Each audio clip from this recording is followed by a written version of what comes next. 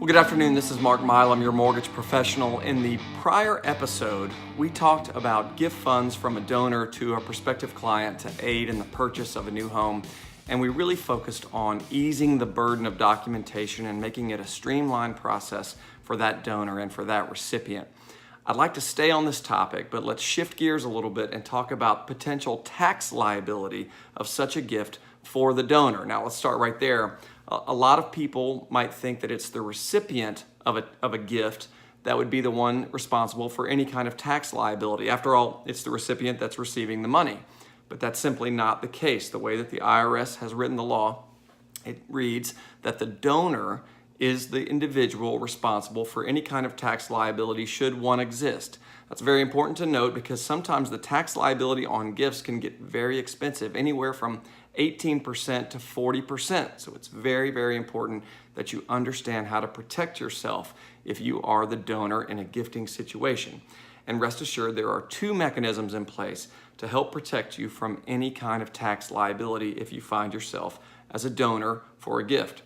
The first is the easiest to understand. This is our annual use it or lose it gift tax exclusion. Now, what this provides for in the year 2018 is up to $15,000 per recipient of tax-free gifting. In other words, if I wanted to gift individual A $15,000 towards the purchase of a home, I could certainly do that. It would fall under my use it or lose it, my annual gift tax exclusion.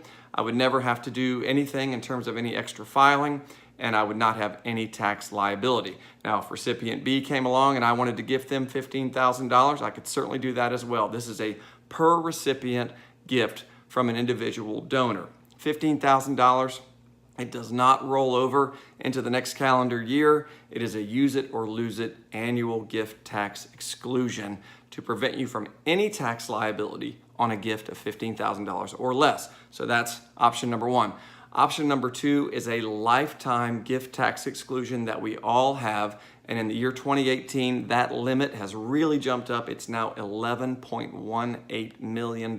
So in other words, you want to make a substantial gift to a recipient and you're going to eclipse that $15,000 limit. Well, anything over and above the $15,000 can now be taken off your annual or your lifetime gift tax exclusion or gift tax exemption to where you still will have no tax liability, but it will reduce the overall cap of the lifetime amount you have remaining. So let's say you want to make a $215,000 gift to your brother to help with the down payment of a new home.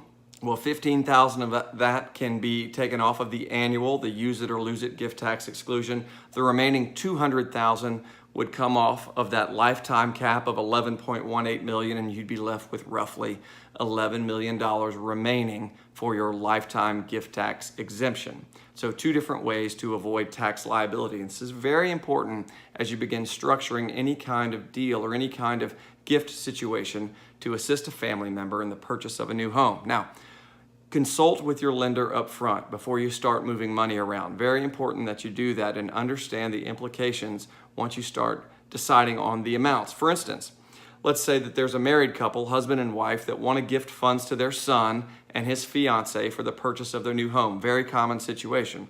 Well, the husband can gift $15,000 to his son. The wife can give $15,000 to her son.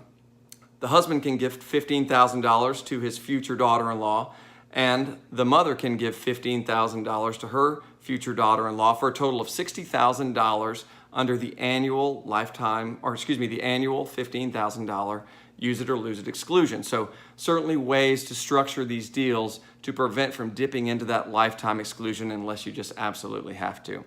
As always, we recommend that you consult with a tax professional or a CPA when you get into matters like this. There are some forms that need to be filed if you do touch that lifetime gift tax exclusion, but we can certainly make recommendations in that arena if you need some tax advice. I hope this information has been helpful for you.